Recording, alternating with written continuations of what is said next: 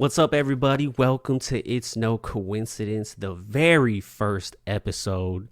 Let's go. Today we have André White with us, creator of the Redacted History podcast, professional voice actor, as you can tell from the background, right? That looks like your booth back there.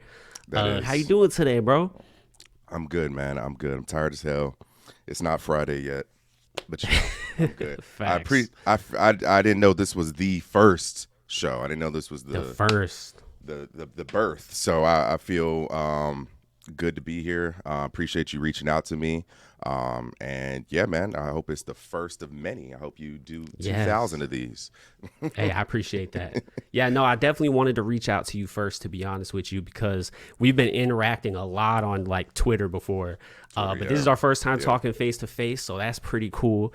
But yeah, we've been talking about everything on Twitter: basketball, music, history, everything. Yeah, Game of Thrones, all that. Game of Thrones. Oh yeah, we're definitely gonna have to talk about that later. Yeah. That's gonna be a little side talk. We're definitely definitely gonna get into that. Absolutely.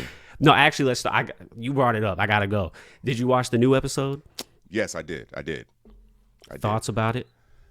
Without being too spoilery, I mean, I like it, man. I've always been a huge fan of the entire world of Game of Thrones / House of the Dragon. So it doesn't take much to please me with the episode.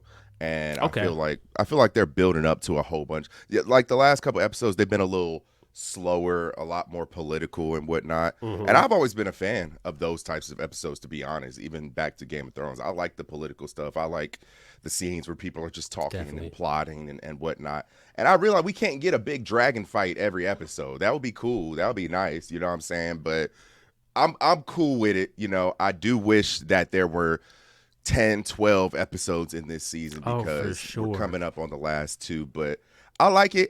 As long as ask me again in 2 weeks, because whenever we see the payoff, if the payoff, if they stick the landing of the season, then all of this will have been worth it. That's the way I see it. You know what I'm saying? So if they stick the landing, I'm cool. Yeah, endings are definitely important for sure. Yeah. And like for me, man, I always struggle with TV shows because like I went to college for creative writing. So when I watch something as a viewer and just kind of have like less expectations, it's about the entertainment and all that. It's different than when I'm kind of like looking at the writing and stuff. Yeah. The writing kind of bothers me this season. But overall, I think it's good too. I've liked the last few episodes. I do like when it slows down and you get those character moments and like a lot of the dialogue and all that, build up those characters, which I don't know if you saw my recent TikTok, but that I found out that's my biggest critique of the show. Like I don't want to spoil it either. Yeah. I'll say this. The characters feel too separated. I don't feel like there's enough interaction with people with Rhaenyra. Well, I mean, the thing about it is, I think that's on purpose, though, because if you look back in like Game of Thrones, like when the Starks and whatnot, when they got separated, I think that's kind of the point. You know what I'm saying? Like, separate everybody and see how, like, they still have to like to work together in a sense. So it's like, and like I said, it depends if let's see how they bring everything back together. You know what I'm saying? Because I think they have to be separated because like Daemon is separated and he's clearly, you know, in Harrenhal and his character arc is like happening in front of us. He's going through this big guilt trip on a mushroom or whatever she gave him. You know, so I kind of dig it, you know, separate everybody, then bring everybody back together for whatever is to come, you know?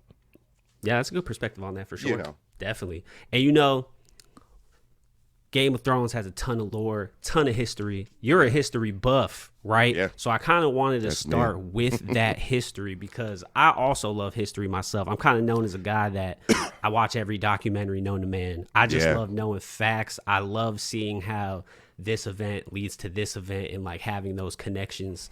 And so like I was curious, what is it about history that is like meaningful to you and why? That's a good question. I feel like I didn't go to college for history at all. I went to college. I went to University of North Carolina in Greensboro. Go Spartans. My brother went to Duke. Okay, fair enough. Actually, he just got his PhD from UNC though. So okay, thanks. We're a Tar Heel household around here, but I honestly don't really know like when my like history like awakening was, if you will. I went to college. I got a degree in communications, a minor in psychology because I wasn't focused enough to get the actual degree in psychology. Got you. But like you said, I resonate with what you actually just said in terms of I've always liked knowing things. I've always liked, seeing how one thing affected the other. But I definitely got more into history. I was in college when Michael Brown was killed. Me and Trayvon Martin would have been the same age. He was born in February '95. I was born in May of '95. So I was a senior in high school when I was going into my senior year, I believe, of high school. It was that summer when, or was that spring, the events run together. But I was a 17-year-old kid watching George Zimmerman be acquitted, So, and I'm watching him be acquitted of murdering someone who was my age, And so going through that, being in college when Michael Brown was killed, like being in college when the Black Lives Matter movement really started, like I'm 19, 20, 21 years old. I'm super impressionable. I'm trying to figure out what like my path in life is going to be. And then as I'm exiting college, I'm 25, 26. That's when, COVID-19 hits and we see all the, George Floyd is killed. Breonna Taylor's killed. So I'm kind of like coming of age as all of these Black historical events are happening, like events and people and faces that are going to be in our kids' history books, 20, 30 years from now. And I feel like that prompted me to kind of take a deeper look into things and to kind of like just see like it was kind of hard watching how disposable Black bodies were to the police and just to us in general. And while all that's going on, I'm watching the nation like fawn over Donald Trump for a second time. I'm in college when he gets elected. I remember where I was at my work study job my senior year of college when Donald Trump got elected the first time. And then I'm watching him be elected the second time. And even though he didn't win in 2020, he still got over 70 million votes. He wins any other election in American history with that many votes. So I didn't know that. Yeah, like he wins any more people are alive now than ever, and more people are voting now than ever. But 70 million votes is 70 million votes. For sure. Yeah. So I'm just coming of age as all these things are happening, and that's a crazy 10-year run for Black America, from Trayvon Martin in 2012, 2013 to, George Floyd in 2020 and, everything that's to come after that. And then, so I felt like one thing after the next for a very, very long time. A very long time. So I think that prompted me to kind of just take a deeper look into, what is our society? How did we get here, first and foremost? How did we get here? And and I think, we all had a lot of time to kill around quarantine and, the pandemic and all of those things. So I think around my real deep dive into becoming a history nerd, history buff, really coincided with me jumping on TikTok and becoming a creator, if you will, because all of that really started sparking itself, I'd say, end of 2020, right into the beginning of 2021. So yeah, all of the things just really prompted me to just really take a deep dive into just how the hell did we get here. Definitely. No, yeah, I can imagine because I was 18 when Trayvon Martin happened and everything. So I was pretty much I was born in January '94, so really close to age. So I was experiencing all that at the same time. So as you're kind of going through all this trauma, and then you find this passion for history, when you started looking into everything, did that help you make sense of it at all, heal it all? What was that process as you were starting to find all the history out? There was no healing at all. There was just it just made me mad, to be honest. There was definitely no healing, just anger and just more questions. It just prompted more and more and more questions. And I think the one thing that really, I think one of the first things I kind of looked into is around the time when like the George Floyd thing is happening and we're kind of going into like the summer of protesting, and then I feel like in that next year all of like the black holidays were treated differently. Like people like white people were a little bit more celebratory for Martin Luther King Day, and then we get Juneteenth as I believe we get Juneteenth as a holiday in 2021. And that was when I think I looked up, Martin Luther King Jr.'s what really happened to him, and how we genuinely don't necessarily like tell the full story. Like we all remember being in elementary school, being in middle school. I think we all remember watching that movie My Friend Martin, where like the little black kid and his white sidekick, they time travel and meet like Martin. With the watch thing? Yeah, with the watch. Right, yeah. right? Yeah. And that was like distant memory. That was the extent of Martin Luther King Day as like a 10-year-old, an 11-year-old in middle school. And then I was like really looking into Martin Luther King Jr. And like if you go on Google right now, there are declassified FBI documents on Martin Luther King Jr. And it's like 130 pages. It's a very easy read because it's incredibly intriguing. But if you go on Google, you type in Martin Luther King Jr. FBI, the first link should be the link to the declassified documents. And in those documents, it's basically like just spelling it out. Like these guys are basically just admitting to the fact that Martin Luther King Jr. was a threat, and a threat that needs to be neutralized. And then it goes into how they also not only wiretapped and bugged and stalked him, they did the same thing to Coretta. Then it goes into how in like the 90s, Coretta sued the United States government and won, basically like getting them to admit that, hey, it was a conspiracy against your husband. And no one ever talks about, like, the 90s is not that far away. Like, they won that, I think that lawsuit was in like 98, 97.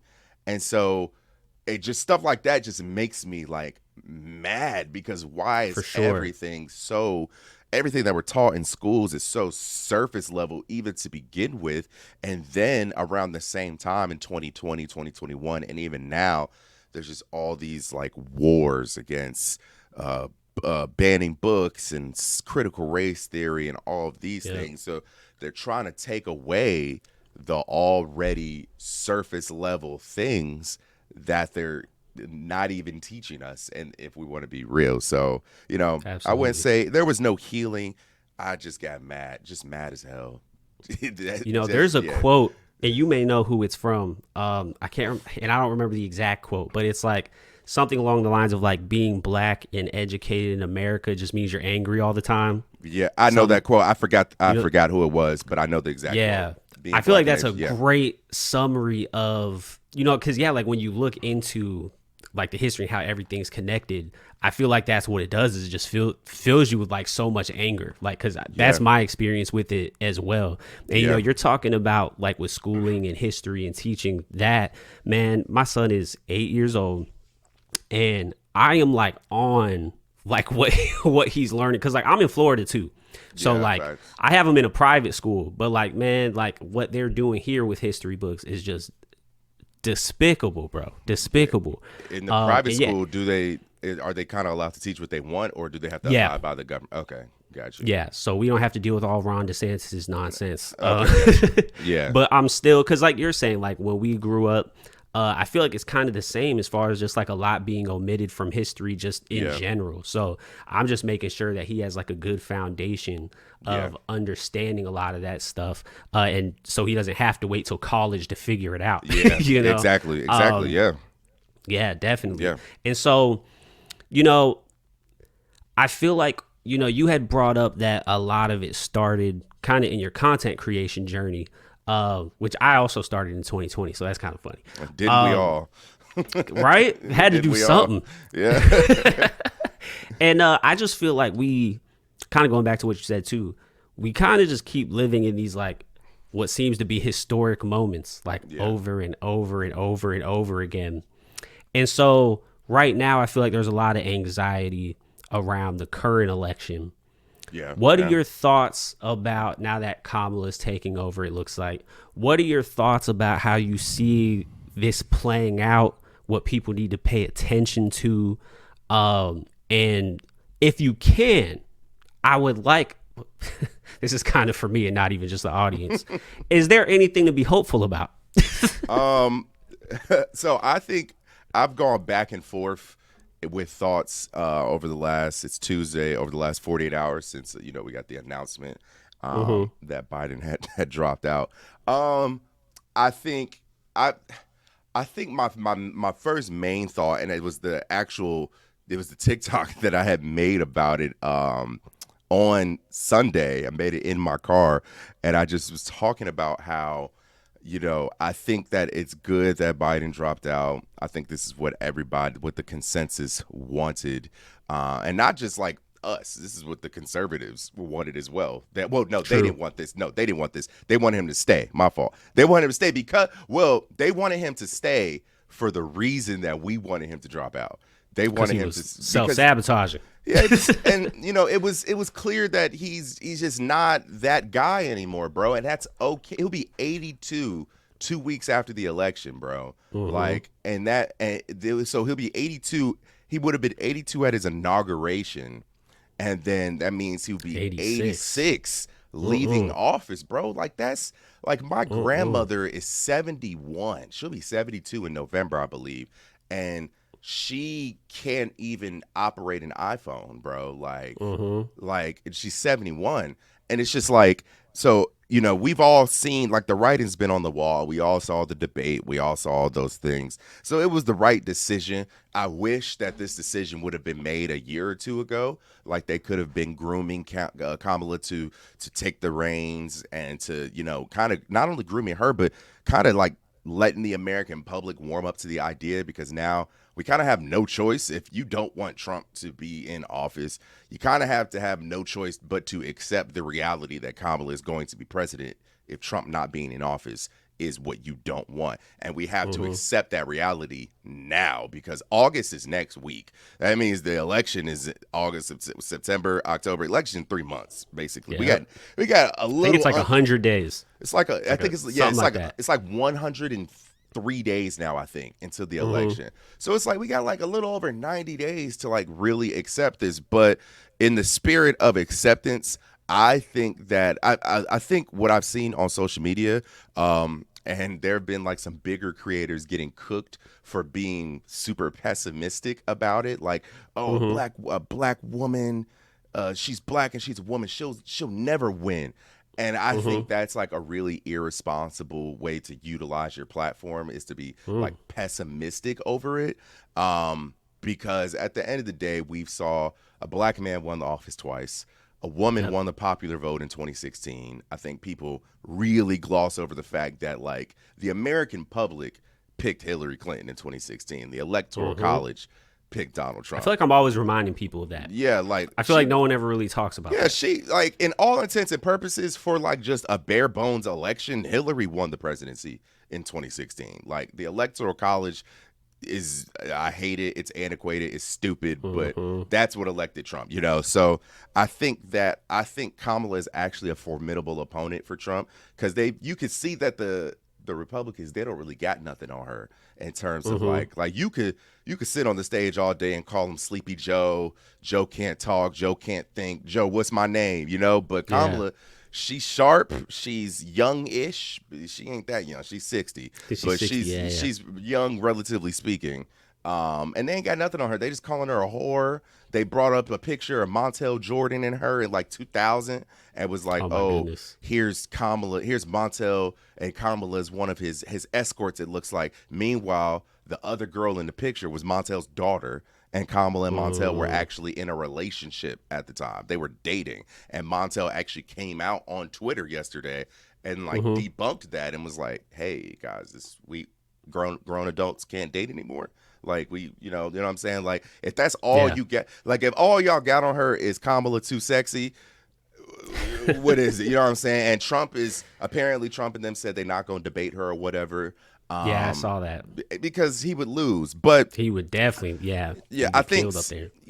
I think my feelings on it is twofold. One, I'm glad Biden stepped down. I think Kamala would be a formidable opponent, and I'm excited to see how things play out. And then on the flip side, I want people to understand that Biden was only the symptom and not the virus, if that makes sense. Preach.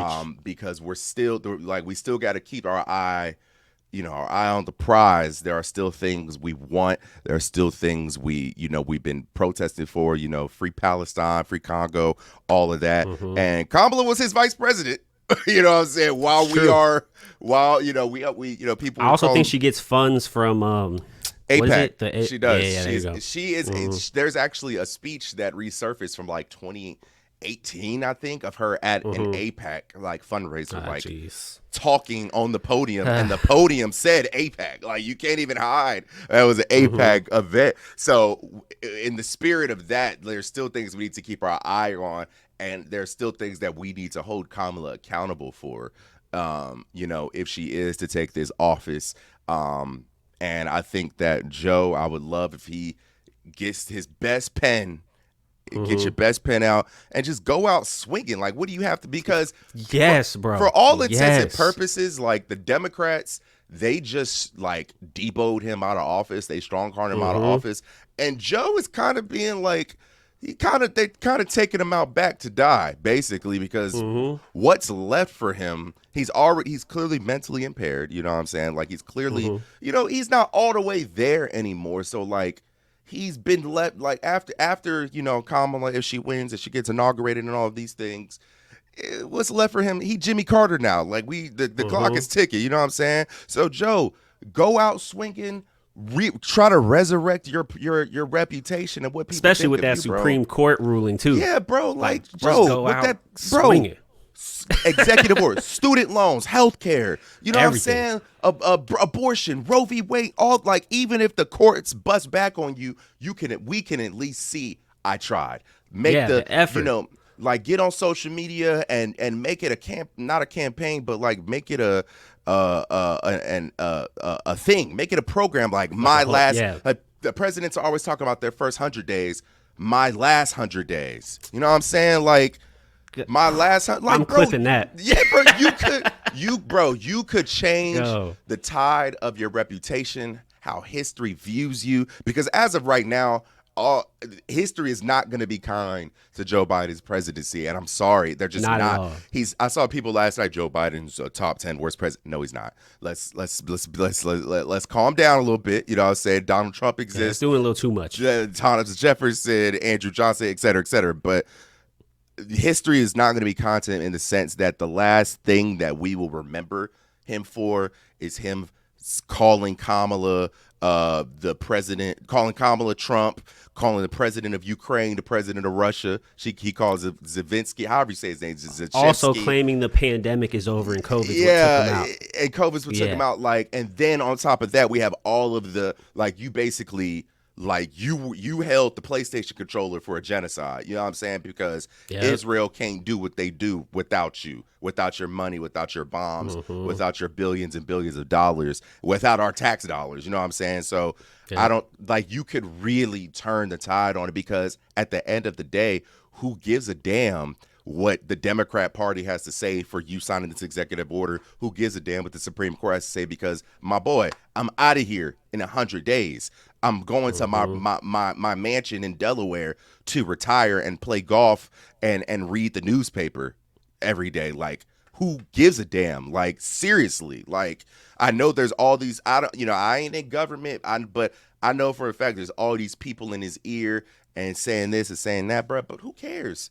Sign the executive orders. They just threw you out to die, to be honest. So show them what you think of them, So, I'm all over the place with what I think about everything, but I think the thing that we don't need now is pessimism over she's a black woman, she's black, she's a woman, because the conservatives about to already do that for us. So what's the point, So.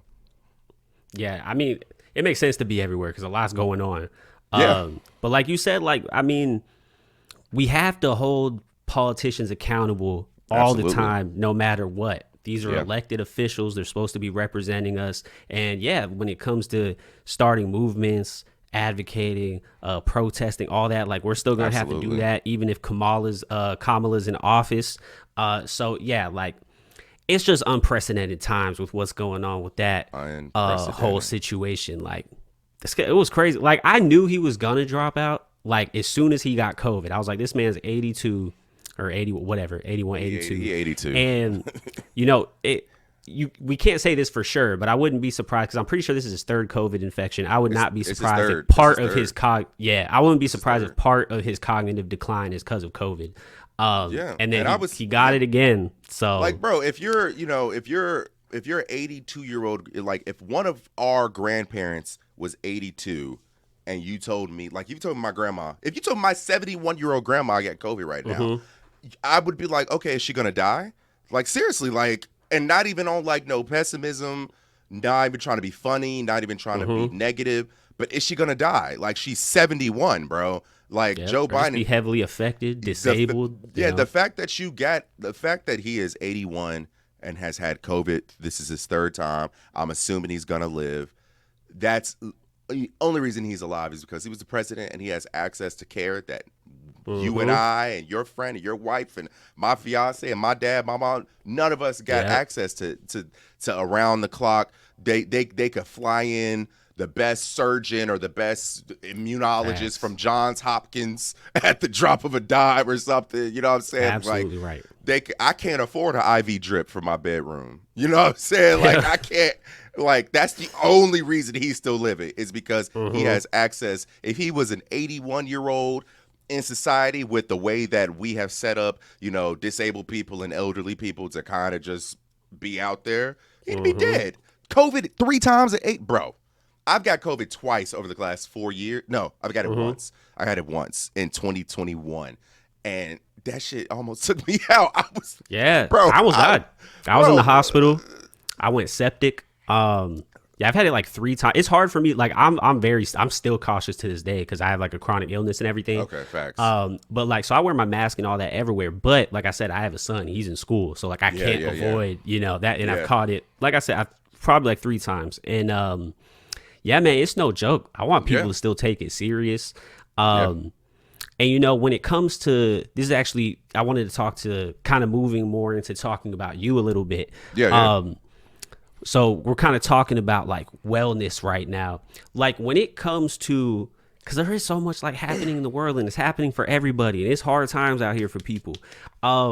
What do you do for yourself? Like, when it comes to self-care, whether that's like physically, emotionally, spiritually, all that, like, what are some, maybe like some habits, routines you have that like keep you going? I think these days, the gym definitely keeps me, keeps me motivated. I always see your tweets about however many likes I'll go to the gym. And people just be pissing me off and bullying me. But the gym, one time you got like 115. I was like, oh, they want you to go. And all I asked for was 10. But the gym, me and my fiance, I credit her. She's definitely like a big fitness person, and she definitely like keeps me like motivated to go to the gym. We're kind of always like pushing each other with like different like challenges. Like, I've never been a runner. I'm not a runner now, but like, we ran a 5K. We ran 2 5Ks this year. So you're a runner. Bro, if you would have saw me out, if you would have saw me out there, you would think otherwise. But right now, we're just trying to stay young as long as we can, and whatnot. So this fall, we're actually running 2 different half marathons, and so a half marathon is 13.1 miles. And so we're actually in the midst of training for that right now. So, trying new things. Like I said, I've never like been a runner. I've always hated running. If you actually go run a mile in 10 minutes, I'm gonna try to kill you. But the gym, and then honestly, TV documentaries, and kind of just keeping myself busy with work actually like gives me like a mental like serotonin, dopamine booster. Okay, I completed things. Just diving into my TV shows. Me and her, we have this thing where we kind of like round robin TV shows. Like, we'll keep 3 shows in rotation at once, and then what you got now? So right now our rotation is Ozark, because she's never seen Ozark. I've seen it seen like 4 times. Yeah, bro. I love that show so much. Oh my god. So yeah, we're on season 2. season 3 of Ozark. Is that the one with the brother? Yes. He's my favorite character in the whole show. He should be coming up in like the next episode, I think. So she doesn't know about him yet. Yeah. So she's like I said, she's never seen it. I've seen it twice, but I'm cool watching the third time. So Ozark. When she gets to that finale. Ooh, yeah. So we're on Ozark. Scandal. Because neither one of us have ever seen Scandal all the way through. I'm curious about how you like as it progresses. So we're on season 5, so we're kind of in the thick of it. It's very soap opera-esque. It's kind of getting there. So yeah. and we're getting to the point in Scandal where like there's not much enthusiasm from either of us to kind of keep watching, but we're gonna finish it. Like we're definitely gonna finish it. And then our third show is This Is Us. I've never finished This Is Us. I just rewatched that actually last month. I've never finished it. She's never seen any of it. So we're kind of trying to keep a suspenseful political show in there, and then like just a drug dealer show. Like I told her after Ozark, we're gonna watch Black Ozark. We're gonna go to Snowfall. I haven't seen Snowfall yet. Everyone keeps telling me to watch that. Watch Snowfall, bro. Watch Snowfall. Great show. I've only seen it once because I watched it as it progressed on TV, but I'm excited to start it again. And she's never seen it at all. She ain't seen nothing because she's been in school her whole life. But yeah, so that's our rotation right now. But yeah, that's doing kind of just decompressing at the end of the day, sitting on the couch, turning the TV on, get me something sweet to eat, eating dinner or whatever it may be, and just kind of just. My dad calls it zoning out. Just zoning out on the TV is, I kind of look forward to like our like little TV movie nights or whatever. And those are the best. Yeah, that, the gym, and kind of just, getting my stuff done is just kind of how I stay grounded. Been trying to read more as well. And yeah, man, it's kind of just taking my eyes off of social media sometimes, off of the news, off of history, off of Wikipedia, and just kind of just grounding myself in reality and kind of just trying to stay where I am, kind of just realizing, hey, let's just take a step back and just zone out. I do the same thing, but for me, it's TV and video games. I'll be playing. I don't know, bro. I don't know why I didn't say video games. Duh. What do you play? I'm super simple. Right, I just got the new College Football 25. Okay. Just got that. I played Madden, even though it annoys the hell out of me. I'm retiring from 2K. They need to fix the game. I retired like 2K16, to be honest. That's like the last time I played. I stopped playing around 16 as well, and then I picked it back up at the pandemic. My homeboy was like, yo, we in the crib anyway. Go ahead and get. I think I got 2K20 or 2K21. It was a joint with Giannis on the front, I think. And that's the only reason I picked it back up. The only reason.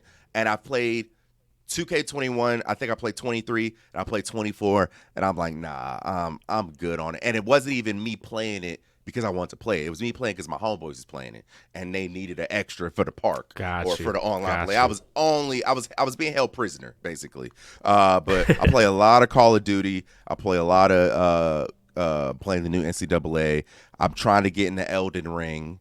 I'm trying my best. I can't do hard video games like that because we're talking about zoning out and having fun. Like that's just not fun to me. I'm not playing that because I want to either. My homie was like, you gotta get Elden Ring. You gotta get Elden Ring, bro. This game is the best. I know everybody's just always hyping it up so much. And the thing is, I see that it's a great game. Like I'm playing it now. It is incredibly hard. You got to put hella hours into it. It's not something you could just sit down and like relax and play. So like I'm not playing that much. I'd rather just hop on Call of Duty and like just kind of relax and chill. Call of Duty. Hop on NCAA or Madden and kind of just relax and chill and that. So me and Elden Ring, it's gonna take me about a year to beat that because I'm only gonna play it when I really feel like playing it, I feel you.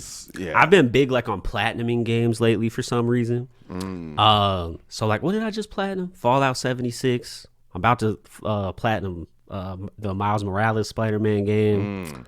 I've been playing a lot of Fallout. That's what I've been playing recently. But I also wanted to say, going back real quick to This Is Us for a second, shout out to, they're actually doing a podcast called That Was Us. Oh, for and real? It's Randall, Rebecca, and Toby. And they're like doing a, like every week, they're like doing, revisiting an episode. And they're like going in order. And I watch it every single week. Shout out to them. I love that show so much. Is it an audio podcast or is it on YouTube or something? Both. Like it's everywhere. Got you. I'm gonna look that up. It's that sounds mad relaxing. It is like, because listen, so Randall, Sterling K. Brown's way more happy than Randall is on This Is Us, but all of their personalities are kind of like exactly like they are in This Is Us a little bit. It's kind of crazy, especially Toby. Toby's just Toby for real. They got hella episodes. These episodes long as hell too. Yeah, and then they have like 2 episodes that don't follow episodes where it's like guests. They had Why am I blanking on what's Randall's wife's name in the show? Why am I blanking? Beth, right? Beth. They had Beth on for an episode. Then they had the person that created the show on for an episode. But yeah, they just give like a ton of insight on the episodes themselves, life, the behind the scenes process, all that kind of stuff. It's really cool. So if y'all like This Is Us. I'm definitely gonna tap into that. I'm definitely, because I love Sterling K. Brown. I think, like I said, I never finished, no spoilers, but love Sterling K. Brown. I didn't, like the meme of Shaq when he says, "I wasn't familiar with your game." That's that's me with Mandy Moore. And her portrayal as Rebecca. Like, I'm so sorry, Miss Moore. I thought you were just a singer. I was not familiar with your game. Like, hey, I'm shit. She did amazing in that role. Yeah. So listen, good. I wasn't familiar with your game. I'm so sorry I ever doubted you. I'm so sorry. Yo, absolutely. So like, all right, so zoning out, entertainment, I love it. Entertainment's my thing. When it comes to, because I hear you talk, did you say it's your fiance or your wife? Fiance. We get married in February 2025. Hey, shout out to y'all. Yeah. I've been married for 4 years now. Okay. Yes, sir.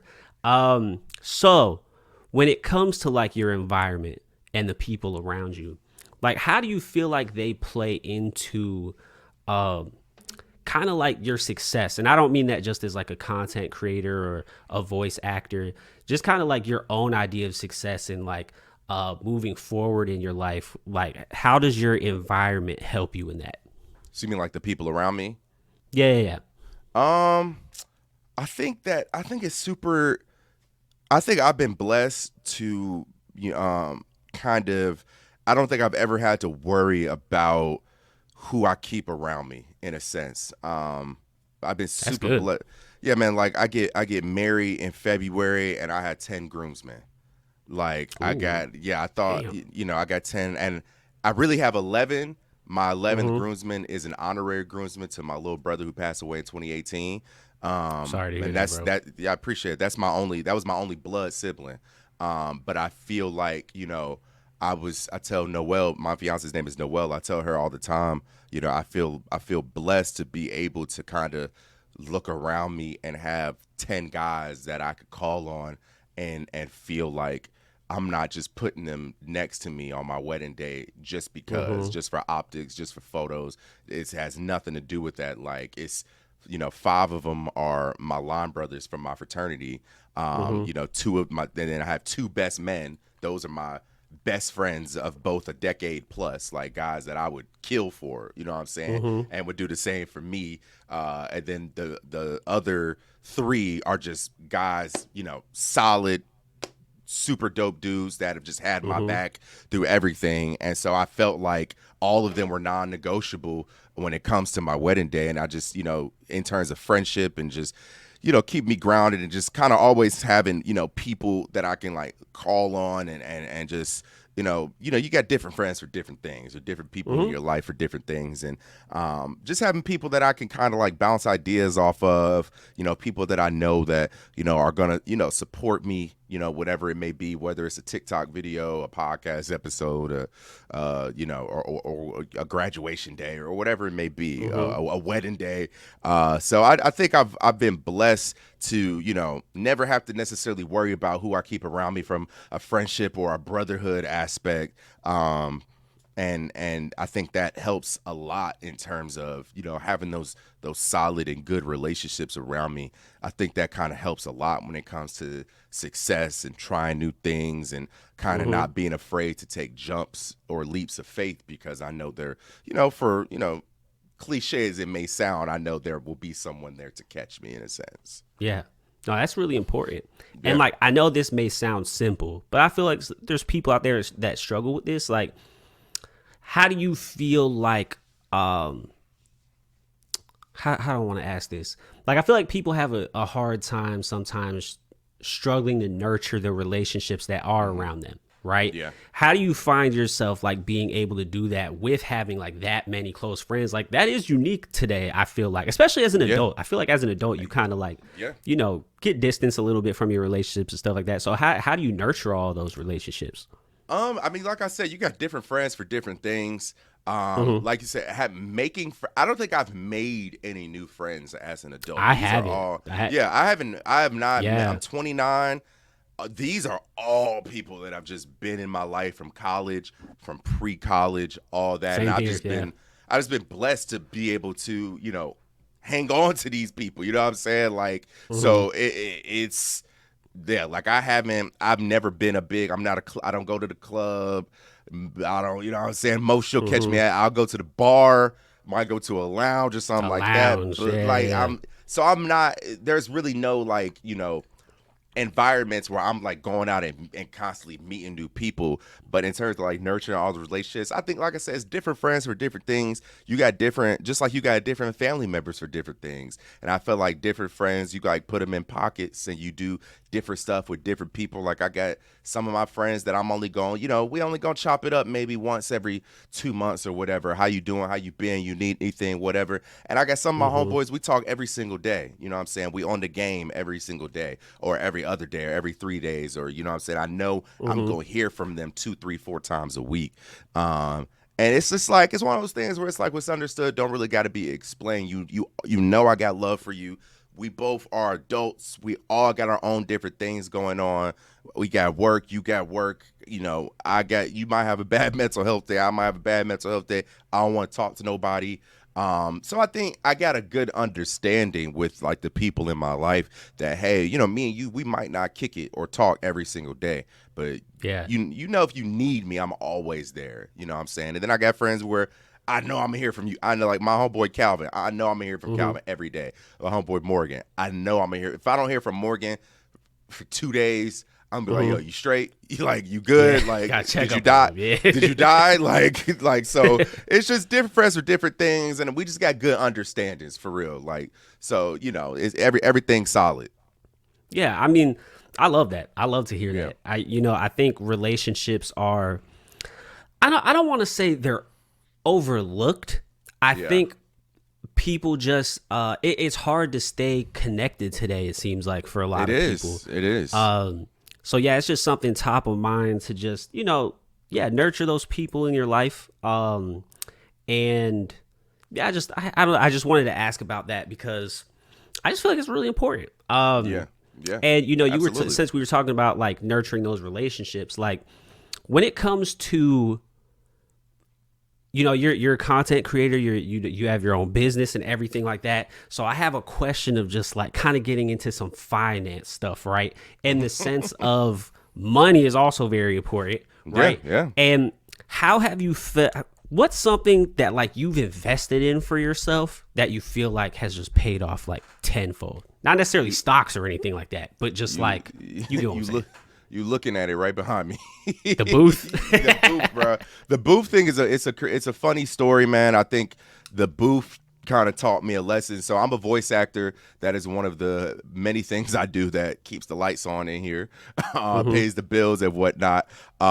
Which is really cool, I gotta say. That's awesome. Yeah. It's a crazily ambiguous profession. You're not gonna go on Google and be able to type in, hey, how can I be a voice actor? You're not going to get any real lessons on that or any real it's very ambiguous of how to get into it. But I decided that I graduated college in May of 2017, and that's kind of I'll never forget. It sounds corny, but I've never forget. I don't know why, but there was a time in my senior year of college where I was sitting on the floor of the library at my school, and I was near tears on the phone with my mom because I don't remember why, but I was kind of having like a quarter life crisis, and I wasn't even 25 yet. Like I was having like I was 20. I think I was 21. It's that post-graduation depression. That's what it is. My post-grad depression was showing up like 7 months early. Like I hadn't even graduated yet. But I was just kind of looking around at my friends, and people are getting internships, and I'm just like, did I waste my time in college? And I'm just on the phone crying with my mom and just trying to like, what do I want to do? Like, I know, like, because at that time, people had kind of said, oh, Andre, you got a nice voice. Cool. And I had done a couple of voice-overy things here and there. I had done something for like the orientation staff at my school, and they paid me like $20. It was a dope video. I didn't make the video. Yeah. The university put some thousands into that video of like, they hired a video produced, like it was a video for like the incoming class of like 2021 or something like that. And they were like, oh, Andre, they came to me and said, hey, Andre, could you like read this script for us? And they had me read it on an iPhone. Like you got the voice memos app on your iPhone. So I didn't talk into like I wasn't in no studio. I wasn't in nobody's.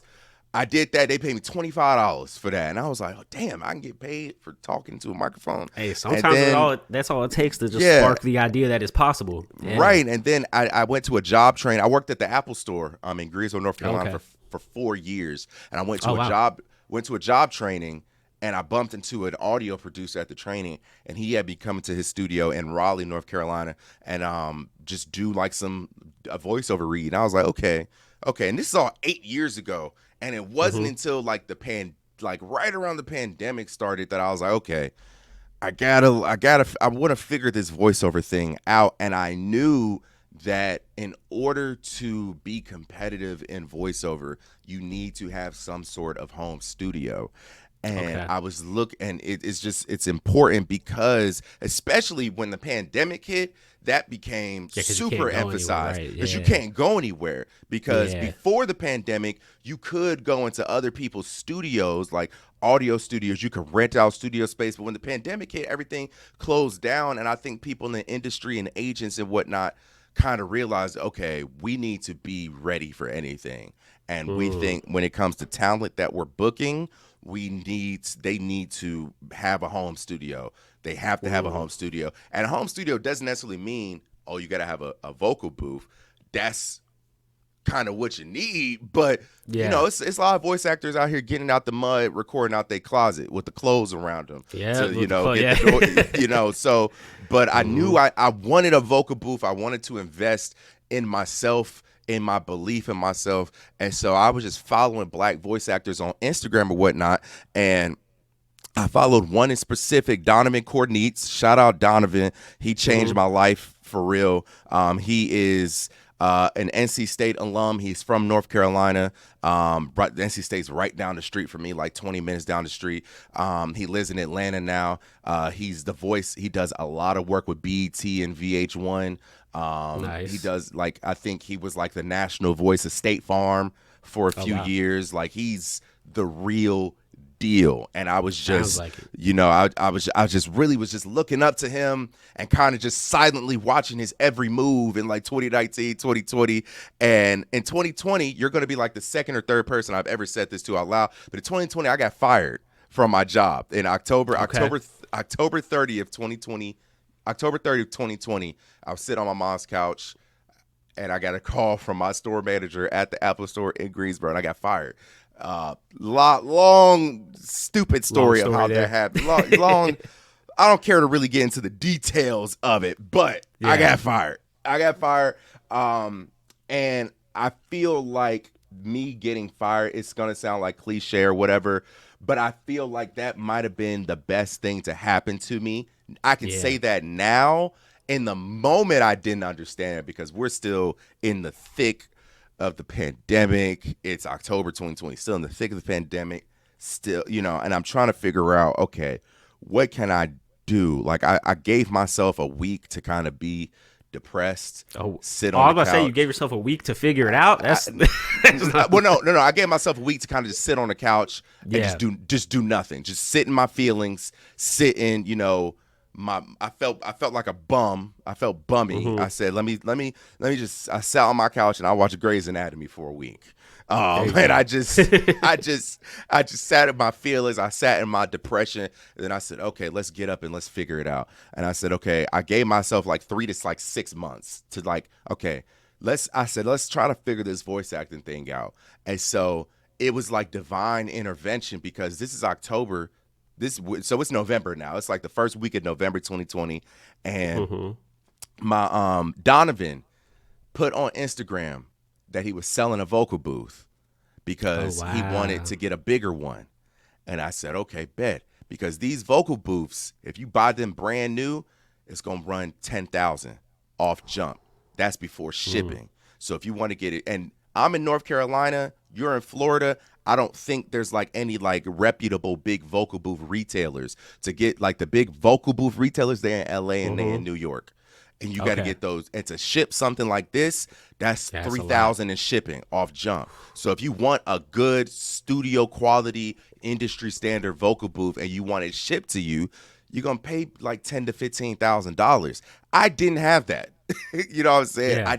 I didn't have that bread, and so I said, okay, bet Donovan's selling a vocal booth.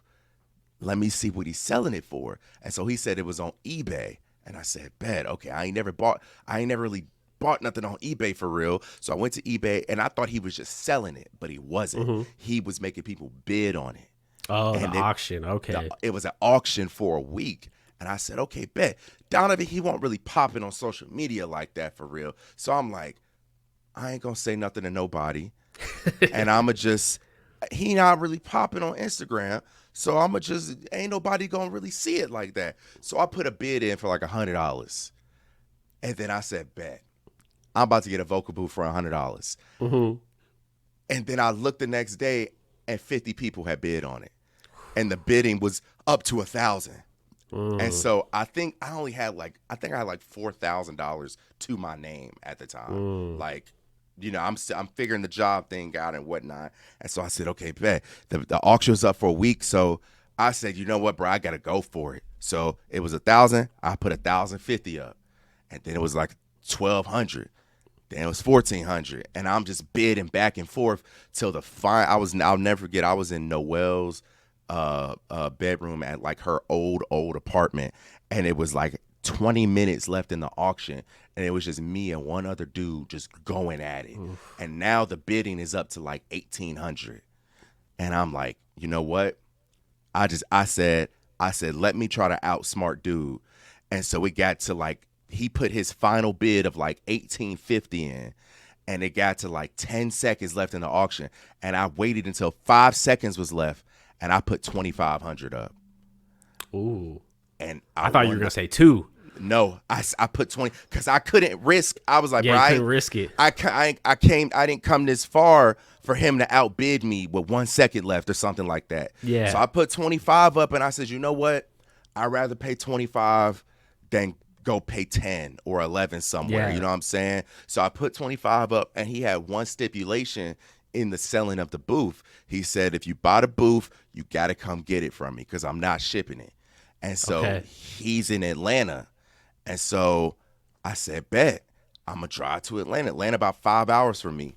And so my brother Q, one of my groomsmen, one of my best friends, I love Q for this to this day. I don't think Q knows how much I appreciate him for this. But I called Q up and I said, yo, what you doing on Tuesday? He said, shit, what's up? I said, we driving to Atlanta if you down. And so I went and I got a little UPS van. I think the rental for the van was like $50, but you gotta you gotta pay for the gas and whatnot. We drive to Atlanta. So me and Q, we get up at like 4 a.m. and we drive to Atlanta. We get to Donovan's house at like 4:30, like 9:30 in the morning. And he had the booth. It's a 4-sided booth. It has this side, the door, another wall, and another wall. Then it has a ceiling, and it has a big floor. And every piece of it is about 60 pounds. Every single piece. It's very heavy. And he disassembled it in pieces. So it was all in his basement. So, and I ain't know, but Donovan was living real fat down there in Atlanta. VoiceOver been real kind to him because he got a house on the hill in the suburbs in Atlanta. I don't know how many rooms in it, but I'm gonna say over under 4.5. Like he living real fat, and so we had to walk, and he didn't help us at all. He didn't help. We just drove 5-6 hours. He didn't lift a finger. He was just making sure we weren't trying to steal from him. And it was like downstairs. So like you had to go upstairs. So we parked. He lived in a cul-de-sac. His driveway was a hill. It was an actual hill. So you go up the hill, then you got to go around the back of his house, and then you go down some stairs to get into his basement. And then the booth was all in pieces. And so we had to get him piece by piece, take him around, down the hill, load the truck, back up. And the whole time he kind of walking with us and kind of just talking to us, but he ain't helping. And I ain't mad at him because I wouldn't have helped us either. You know what I'm saying? But like, so we got the booth. We drove back to Greensboro, North Carolina, 5 more hours. We put me, Q, and Noel put the booth together. That took about 2-3 hours for us to do. And this was 4 years ago. So I'm in a completely different place now. So this had to be disassembled and reassembled here. And that's a great story. Yeah, we put it together, and man. Is all this before you even had like anything set up is like career wise for voice acting? Like this is before all that? I had a lead, one of my homegirls, shout out Taylor. She works for a one of the biggest like domestic violence agencies in North Carolina. It's like a huge nonprofit. And she hit me up like the same week that I was going to get the booth and was like, hey, I might have a little voiceover job for you to do in December. And it paid decently, but there was nothing. I ain't have no agent. I didn't have nothing set up. It was so that investment was like just on belief. It was on belief, bro. It was I exhausted basically my whole savings account to get the booth, to get down to Atlanta, to pick it up, to come back. And it was really just not only my belief in myself, but like Noel's belief in me, my parents' belief in me. And, and I just said, you know what, bro? Like, you got to risk it to get the biscuit, dog. And you got, it takes a lot of like courage right there. You got it. It took courage. And I remember being on the drive down to Atlanta and I said, to myself, I was like, are you making a mistake right now? Are you like this? I can see the doubt creeping in there because this booth could dead ass just sit in your room, bro, and have no use. Like you could get this booth and never use it. Like what if you never get a job? What if you never get an agent? Because it was more so about like with voiceover, it's less about when you're starting out. It's less about getting the jobs, and it's more about getting the agent.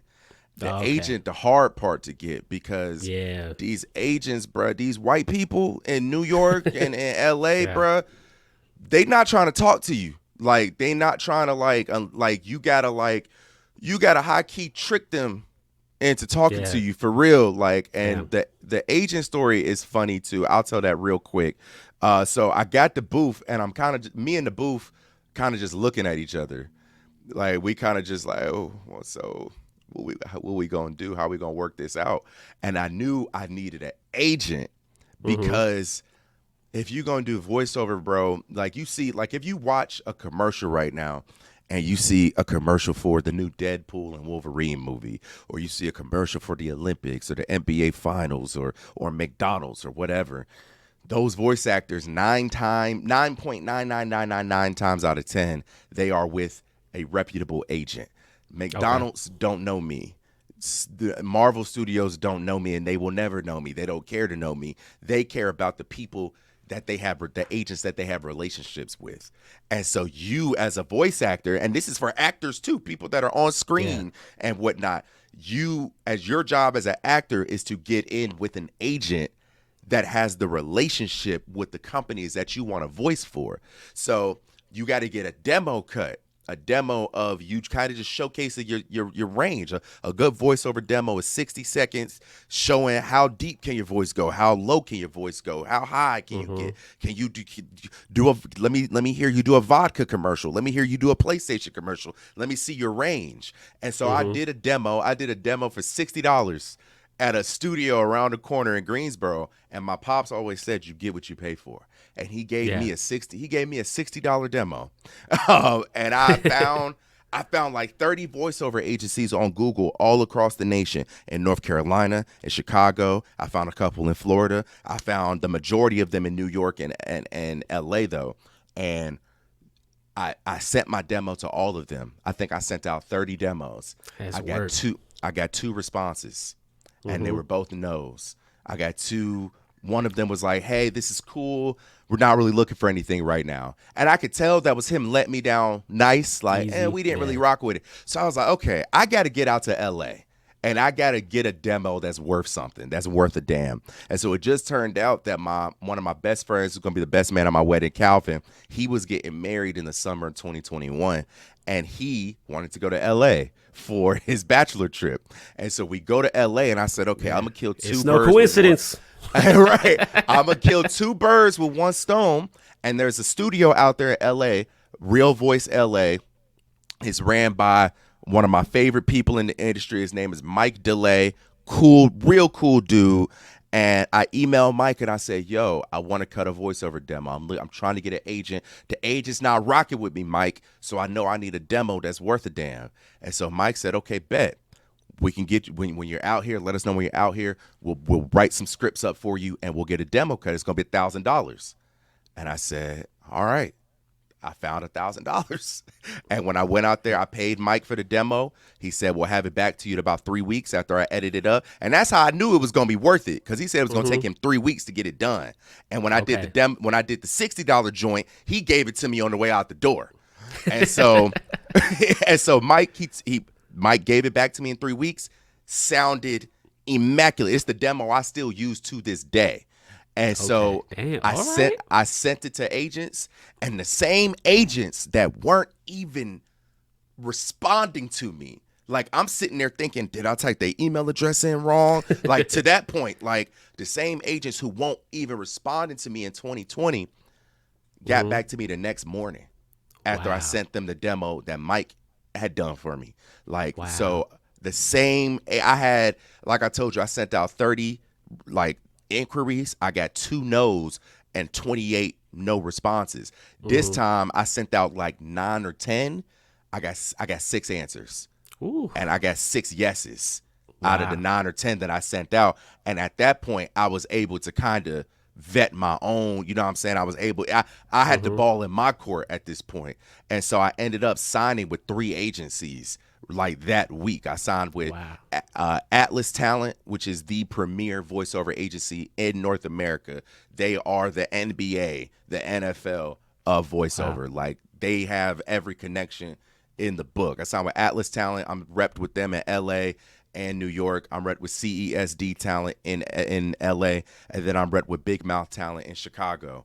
And being repped by them has opened up doors to voice, you know, like I'm being able to, even if I don't get certain jobs and I'm just auditioning, my name is still in the hat, and my name is still in the hat, and it's still in front of people who otherwise wouldn't even know who I was. You know what I'm saying? Like, I think that's the name of the game with voiceover, is being able to get with the agents who can put you in front of these people that you otherwise would never even have the opportunity to be put in front of. So I think in that 9-month, you know, span, I took 2 huge risks that took me to Atlanta and took me to LA. And, you know, I'm sitting here 4 years later, 3.5 years later for both wrists, and I could say if I had to, I'd do it all over again. I'd go back in time and I would do it 10 times again. I would do it every single time. That. And I'm glad I bet on myself, and I'm glad I'm not sitting here talking to you 4 years later and I'm saying, damn, I wish I would have, you know what I'm saying? Life too short. And that's, I've been saying a lot of cliches today, but it's true. Life is short as hell, bro. And I think cliche because they're good. And I think what makes life, and what can even make life shorter is sitting here with regrets and just sitting here, kicking yourself in the ass because, damn, we was gonna be sitting here 4 years later anyway. Why not sit here 4 years later with the booth? Either something was gonna happen regardless. I would hate to be sitting here 4 years later, like, damn, shit, man. I could have tried. I could have at least, tried to put myself out there, try to take that risk. So yeah. That was a really, really long answer to your one question, but that's my journey. The stories were amazing. Yeah, it inspired me because, as some of myself, like doing entrepreneurship stuff, business. I think like when you are met with those, when there's like a fork in the road, and it's like could be like a risky situation. Yeah. Like in order to make it. When you're doing something on your own, like you have to take risk after risk after risk, or nothing's gonna happen. Absolutely. And so, man, I guess to wrap up, what I would want to say, because like with that story you just told, the core at it to me is just so much belief in yourself. Yeah. And I want to know what's one belief you have about yourself that you feel like you also wish other people believed about themselves. It's funny because my Noelle, my fiance, she always tells me that I don't believe in myself enough. But yeah, she tells me that I don't believe in myself enough, and that like you really are the greatest. Like you got skills and stuff that other people don't possess. And sometimes I don't believe that in myself, but one belief that I do believe about myself that I wish that other people believed in themselves is I truly believe that all of us, there's something you are good at that other people can't do. There's something that you are proficient at that other people are looking to you for guidance and for inspiration.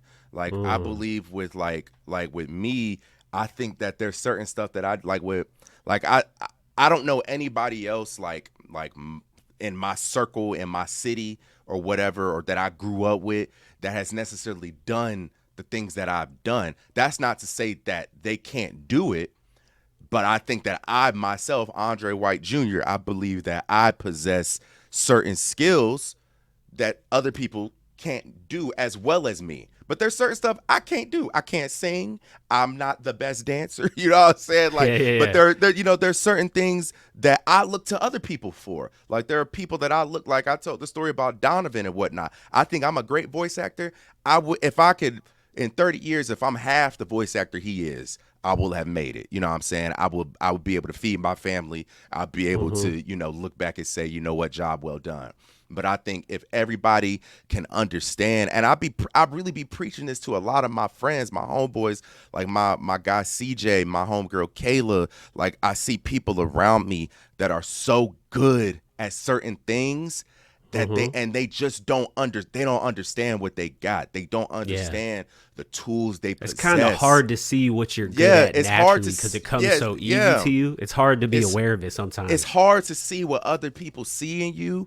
And I think that like people, sometimes I think like, it's okay to be a little cocky. It's okay to have a little chip on your shoulder about what you're good at. So I think that people really need to understand that you might be down on yourself about what your entrepreneurship journey looks like, what your talent journey looks like, but your down day is somebody's best day. You know what I'm saying? Ooh. Your down day is somebody's, whatever your craft is or whatever it may be, your down day is somebody's best day. And what you don't know is, bro, is people looking to you, whether you know it or not. And I've kind of seen that with like people who DM me on Twitter or TikTok or Instagram. Like with my podcast, I was, sometimes I think imposter syndrome is normal.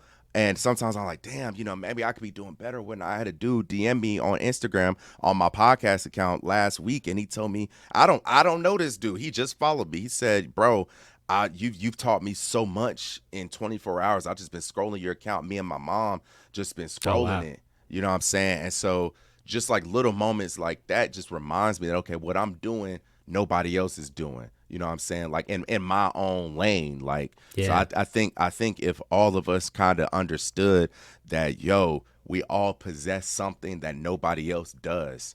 And I think that it will make people really kind of, be more willing to bet on themselves, more willing to risk. Like I said, you got to risk it to get the biscuit. You know what I'm saying? Like you got to take that risk sometimes, man. Like, being safe is only going to get you but so far, and you going to age. Tomorrow going to come regardless. Next week going to come regardless. Next year, 20 years is going to go by regardless.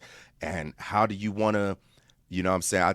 What do you want your story to be? Like, you in possession of that. So that I think that's my advice is, just understand that your gift is something that nobody else possesses. That's only you. Yeah, no, that's definitely, great advice for people, because I don't know, when you were talking about that just like inspired me too, to be honest, because I feel like it does just remind me, like, we all do have those unique gifts. And I also think it's important, because we were saying like it's hard, to kind of see it in yourself. It is important for, like, when you see someone else with a gift, to reach out to them and tell them like how it affects you. Like, I feel like that's really important. Absolutely. Because like they may not even have the awareness that they're doing something cool or doing something useful or whatever. So definitely like have the communication with that. Less hate on social media. Start posting more about what y'all like. Especially on Twitter. Oh yeah, for real. But no, that's definitely a great takeaway to end the podcast with. So I do want to say though, we're gonna have an extra bonus video on the Patreon, and you'll be able to find that link in the description everywhere where this is going. And we're gonna do like a rapid fire question round with some entertaining questions. So if y'all want to check that out, please go ahead and subscribe to the Patreon. But yeah, Andre, I appreciate you. I appreciate this conversation. This was amazing. I hope you had a good time, and I want to open up the floor for you to, promote whatever you got to promote or anything like that. Man. If you have anything. And I love today, man. I really appreciate you being here. An hour went by quick as hell. That was that was a fast hour. But it was. Like I said, man, I truly appreciate you thinking of me to be the first guest on your podcast. I'm a podcaster myself. It's hard out here as a podcaster, man, and I appreciate you thinking of me to kind of be, the guinea pig to your experiment. But yeah, man, like you said, I'm Andre. Only thing I'll promote, man, is if you dig history, if you dig, thought-provoking storytelling and conversation, man, go over to the Redacted History podcast. Check us out. We on every single podcast platform. We out here for the Android users on Spotify and Google Play and all that. And yeah, man, if Redacted History, the cover art, you can't miss it. It's me in a George Washington wig. I wore it better. I got the bust down on, no lace, all that. But yeah, man, Redacted History. Go check us out. We're almost at 1 million downloads. We're probably gonna hit 1 million downloads on the podcast. Congrats, bro. That's amazing. Appreciate it, man. We're gonna hit 1 million downloads probably within the next 30 days. We only been out for 2 years. February 2022 was the launch. We had like 980,000 downloads now. So y'all go check us out. Wow. Help us get across the finish line, man. And yeah, man, like I said, Bobby, I appreciate you having me here, dog. Appreciate it. Yeah, definitely. And the link for the Redacted History, I'll put that everywhere as well in all the descriptions. In the description. Absolutely. Yeah, but I'm excited for these rapid fire questions, to be honest. I got some good funny stuff that we're going to get into. Absolutely. But yeah, y'all, this is wrapping up episode 1 of It's No Coincidence. You put in the work, believe in yourself. It will be no coincidence that you'll get to where you want to go. I like that. We'll talk to y'all. I like that. That was off the dome. I just thought I like that. Hey, but we'll see y'all next time. Peace.